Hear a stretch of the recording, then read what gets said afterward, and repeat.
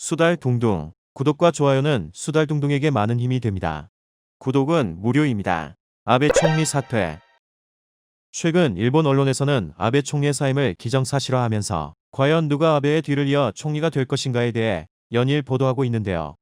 심지어 아베가 9월 말에 사임하고 10월에 총리 선거를 치를 것이라는 예측까지 나오고 있는 상황입니다. 언론사에 따라 예측하는 날짜가 다르긴 하지만 대체로 올해 안에 사임과 총선거를 진행할 것이라는 게 공통된 의견이라는데요. 사실 아베 총리의 임기는 2021년 9월까지지만 각종 스캔들과 시19 및 재해대처 미흡에 대한 일본 국민들의 불만이 폭증하는 와중에 2020년 2분기 실질 GDP 성장률이 마이너스 27.8%라는 전쟁 이후 최악의 수치를 기록하면서 국정 지지율은 하락세를 면치 못하고 있었습니다. 이 와중에 2달 전 건강검진을 받았음에도 불구하고 최근 정밀 건강검진까지 받은 사실이 드러나면서 아베 총리의 건강이 좋지 않다는 얘기가 나오면서 사임설로 이어진 것인데요. 더구나 아베 총리는 이미 1차 집권기였던 2007년 건강 문제 때문에 조기 퇴진을 한 이력을 가지고 있어서 이번에도 건강 문제로 불명예 퇴진하는 것 아니냐 하는 의심을 하게 된 사람들이 많아진 거죠. 일각에서는 구체적으로 8월 24일이 지나면 사퇴할 것이라는 주장도 나오고 있는데요. 그 이유는 아베 총리가 2차 집권기인 현재 일본 최장수 총리 타이틀을 갖고 있긴 하지만 그것은 1차 집권 기간과 2차 집권 기간을 합해서 나온 결과이고 단일 임기, 역대 단독 1위 최장수 총리라는 타이틀은 8월 24일이 지나야 생기기 때문입니다.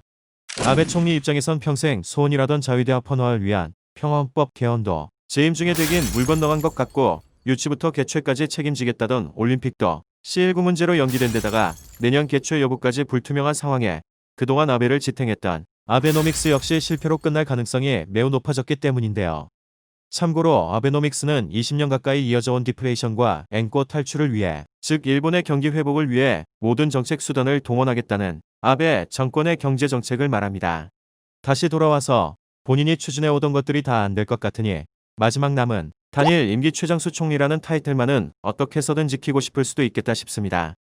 현재 일본 총리 관저에서는 아베 총리가 지난 6월 정기 검진에 이어 17일 추가 검진을 받은 이유에 대해 단지 피로가 쌓인 것일 뿐이라고 말하고 있는데요.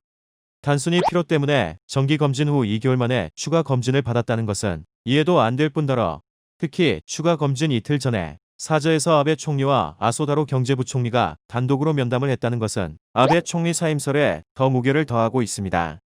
현재 우리나라와 일본은 위안부와 강제징용 배상금 등 과거사 문제로 인한 갈등이 치열한 상황이죠.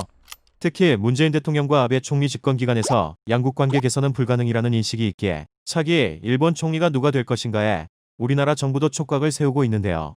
그래서 현재 떠오르는 4명의 차기 일본 총리 후보를 알아봤습니다. 첫 번째는 아베의 영원한 라이벌이라고 불리는 이시바 시게루 전 자민당 간사장이 있습니다. 이시바는 작년 한일 군사정보보호협정 파기에 대해 근본적인 원인이 일본에 있다라는 입장을 보인 데다가 일본이 패전 후 전쟁 책임과 정면으로 마주하지 않았던 것이 많은 문제의 근저에 있고 그것이 오늘날 여러 가지 형태로 표면화했다고 생각한다며 역사적 책임을 회피해온 일본의 태도를 지적한 의식 있는 일본 정치인인데요. 실제로 2002년 방위성 장관에 임명된 이후로는 야스쿠니 신사 참배도 하지 않았고 심지어 야스쿠니 신사에서 A급 전범을 분사해야 한다고 주장한 적도 있었기에 만약 이시바 시게루가 일본 총리가 된다면 현재 최악인 한일 관계가 개선될 수도 있을 거라 생각됩니다. 다만 일본은 우리나라처럼 국민이 투표하지 않고 국회의원들이 투표하는 의원 내각제를 채택하고 있어 자민당 총재가 총리가 되는 것이 관례인데요. 당내 입지가 약한 이시바 시게루가 대중적인 인기만으로는 총리가 되기는 어렵지 않을까 생각되네요. 다음 후보는 기시다 후미오 자민당 정조회장입니다. 기시다는 아베 총리가 후계자로 추진하는 인물이라고 알려지면서 유력한 차기 총리로 여겨지지만 언론기관의 여론조사에서 지지율이 5%에 머무르는 등 대중적인 지지가 많이 떨어지는 후보인데요. 참고로 과거 한일 위안부 합의를 이끌어낸 인물이기도 합니다. 기시다가 총리가 된다면 기존의 아베 집권 때와 한일 관계가 달라질 것 같진 않아 보이네요.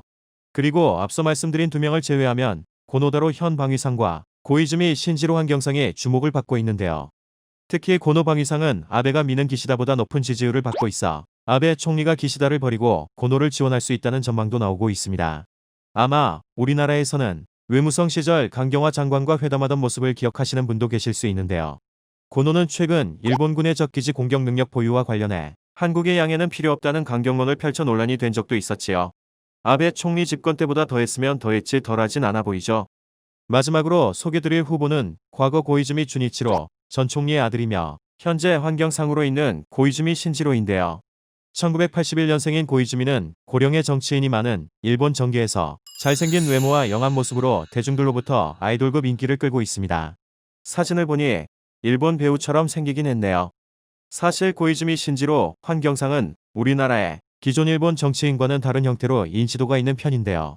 작년 9월 환경상 취임 후 참석한 유엔 회의에서 역사에 남을 만한 명언을 남겼기 때문입니다. 인터넷에 짤로 많이 돌아다니고 있죠. 당시 유엔 기후변화 정상회의 전날 기자회견에서 기후위기는 어떻게 대응해야 하느냐 라는 질문에 기후 문제를 다룰 때에는 즐겁고 쿨하고 섹시해야 한다 고 말했는데 다음날 일본 기자가 어제 한 말이 무슨 의미이냐고 묻자 고이즈미는 그걸 설명하는 건 섹시하지 않다라고 답했다고 합니다. 이 발언 이후 고이즈미 환경상은 우리나라 네티즌 사이에 펀쿨색좌로 불리며 인기를 끌었는데요. 참고로 펀쿨색좌란 고이즈미가 말한 펀쿨색에 존칭어 좌를 붙인 것이라고 합니다.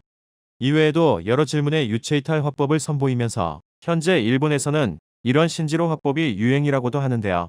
우리나라 일부 네티즌들은 연이은 실언으로 정치적 역량이 의심되는 고이즈미 신지로 환경상에 총리가 되면 좋겠다며 지지를 보내고 있다네요. 일본 정치가 제대로 돌아가기를 싫어하는 일부 네티즌들의 이런 바람이 과연 이루어질지는 지켜봐야 할 것 같습니다. 오늘 저 수달둥둥은 아베 총리 사임설과 차기 일본 총리 후보자들에 대해 설명드렸는데요. 한일 관계라는 것이 지리적 여건상 밉거나 좋거나 붙어 있을 수밖에 없기에 가급적 친한 인사가 총리가 돼서 양국 관계가 개선되었으면 하네요. 오늘 영상에 의견이 있으신 분들은 댓글로 남겨주시기 바랍니다. 지금까지 시사와 지식을 쉽게 알려드리는 수달둥둥이었고요. 영상이 마음에 드셨다면 구독과 좋아요, 클릭 부탁드립니다. 구독은 무료입니다. 감사합니다.